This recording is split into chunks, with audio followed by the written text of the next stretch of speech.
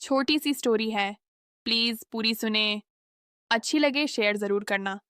पति रात को थका हुआ ऑफिस से आता है। घर में आते ही पत्नी ने उससे झगड़ना शुरू कर दिया। पति ने कहा, मुझे खाना तो दे दो, भूख लगी है। पत्नी ने कहा, खुद ले लो, मैं सोने जा रही हूँ, मुझे नींद आ रही है। पत्नी लड़ती रही, पति सुनता रहा, चुपचाप सुन लिया। जैसे ही सुबह उठकर नाश्ते के लिए बोला, मुझे नाश्ता तो दे दो।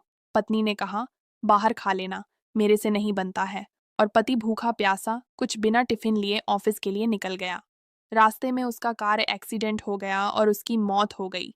जब पत्नी अपने बच्चों को स्कूल से लेकर वापस लौट रही थी तो घर के बाहर भीड़ जमा थी। उसने जाकर देखा तो उसके पति का शव पड़ा था।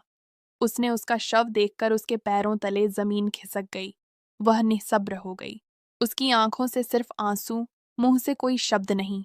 उसने अपने पति की लाश को झंझोड़ते हुए कहा, राजा उठ जाओ ना, प्लीज एक बार उठ जाओ, अब नहीं झगड़ूंगी। मैं खाना देती हूँ, भूख लगी है ना आपको। पर पति कैसे उठता। पति तो भगवान के पास चला गया। लोग बातें करने लगे। अब पति के जाने के बाद वह पूरी तरह टूट गई और लोगों ने रंग दिखाना शुरू किया। रिश्तों ने रंग दिखाना शुरू किया और वह अकेली रह गई। लोगों की गंदी नजरें पड़ने लगीं उस पर।